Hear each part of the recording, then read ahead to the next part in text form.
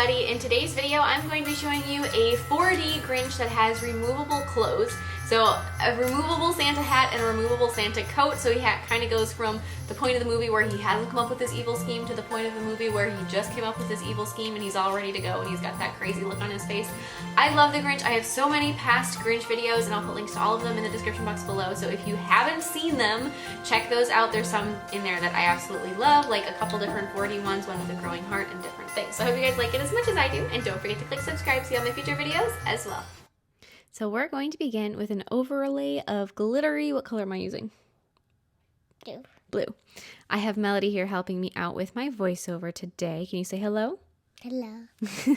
We'll see if she's a little bit more talkative today. So we're just doing this little overlay. It's really pretty, glittery blue, one of my absolute favorites, and it almost looks like there's snow falling in the background.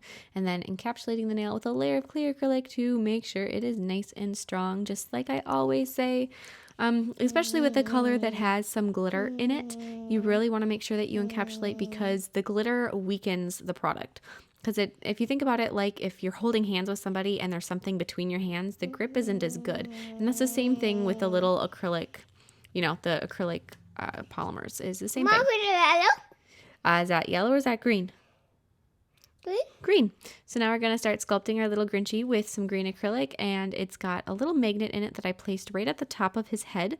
So while that acrylic is still wet, make sure you get that magnet in there, because if the magnet's not there, then the hat won't stick.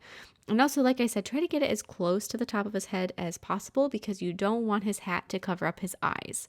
And then while a little bit more of that green acrylic is on there and wet, we're going to be carving in some of his facial features, like some eye sockets, a bit of an evil smile, and I'm going to add just a little bit more acrylic to his kind of like upper lip base area. And I'm ending up covering up his mouth because I decided that whole area just needed to have a little more height to it.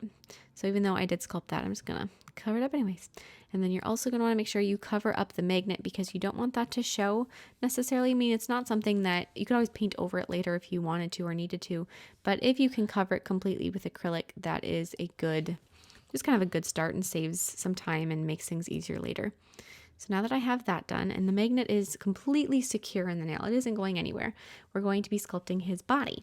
And when you're sculpting his body, you need to put in another magnet for his coat. So got a skinny little neck there, and then in goes the next magnet. And if you don't have the first magnet completely stuck, like if it was going to wiggle around a little bit or your acrylic isn't fully set, when you try to place the second one into the nail, it will pull the first one out and it'll ruin your sculpting and you have to start over. So just bear that in mind, that you want to make sure that the acrylic around the first magnet is set up, it's not going anywhere, and that everything is secure. And as we're sculpting his little body, I'm going to add a bit of a little indent for his arm. And then with a slightly darker shade of green, we're going to be sculpting the little furry area around his neck. So just a little bit like that. Not too much. I was using an acrylic I don't particularly love as far as texture goes, so it's a little funky. But now with some black acrylic paint, we're going to be doing all of our details on our little Grinchy. And for him, you can fully outline if you want to, like I did, but because the background is so dark, that really isn't a necessary step if you don't want to, if you don't like to outline. I decided to fully outline the whole design just because I wanted to make sure that the lines were crisp and clean. Do some outlines around his little neck fluff for sure, his arms, and then you get to start adding in all of his facial features. I have painted the Grinch so many times that for me, painting the Grinch is almost like painting my little zebra logo, where I just kind of know what I'm doing, which is kind of funny because I've done it so many times. My mother is Grinch obsessed, and so I do a set or two of Grinch nails on her every single year. But even though I've done the Grinch so many times and I'm so familiar, I still look at a reference photo every single time. So where I'm going with this is, even if you think you know a character, just look at a reference photo because there's these little subtle nuances that you always want to reference back to. And even on my own logo, I still look at a reference photo whenever I paint or draw or sculpt her, just to make sure that I know what I'm doing, because every once in a while there's brain farts. So now I'm going to go through and add a couple little snowflakes on the background of the nail with some white paint. This part is completely optional. If you don't want to add the little snowflakes, it's just a little added detail that I think really looks adorable, but it doesn't necessarily it's not necessary to the final design. So we're just going to do a couple little details. I always like to make each snowflake unique on a particular nail or throughout a design, just because every snowflake is different. I do have a few standard snowflake patterns that I always fall back on, but just try to kind of vary them a little bit and not make them all identical. And then finish the nail with a layer of gel sealer over the background, really make that glitter shine.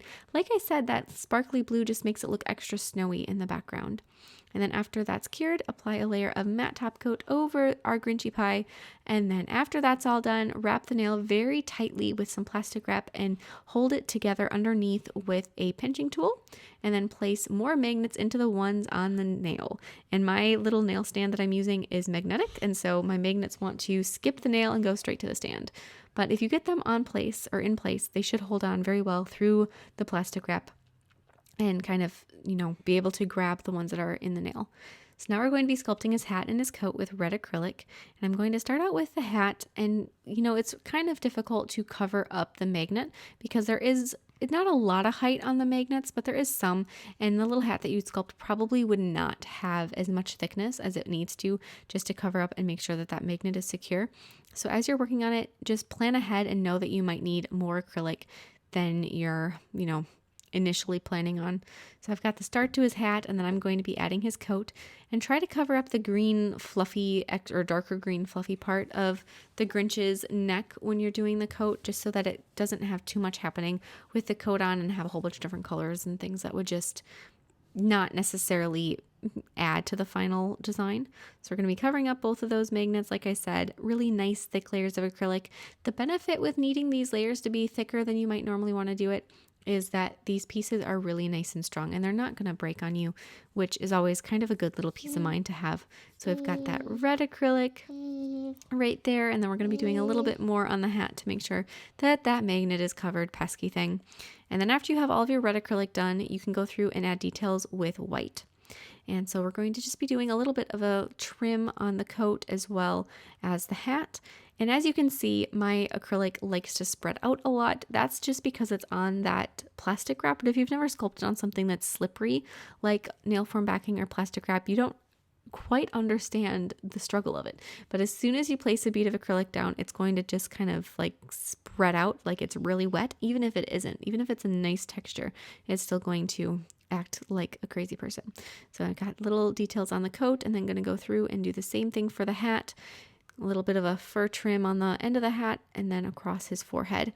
And same thing, like I said, when you were adding in the magnets and the placement, try to be conscious of where his eyes are and not cover up his eyes or the area where his eyes should be. And then once you have all of that white fluffy trim, you can pop it off the nail when it's all set up and cured. And then you can add a little bit of detailing to it if you want to. So I'm going to brighten up the red areas with some red paint that's just a little shade brighter. And then with some white paint that's very, very bright white, I'm going to be cleaning up the white lines.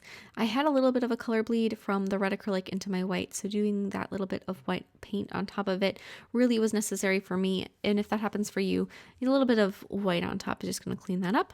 After those have their matte top coat on them, they're all done, and then we get to look at this adorable little Grinchy, and we get to put his clothes on. It is just so cute, and I love it so much. Do you like it, Melody? Yeah. Yeah. What on this? It's the Grinch, isn't it? Do you like the Grinch? Whoa. Those are his hat and his coat.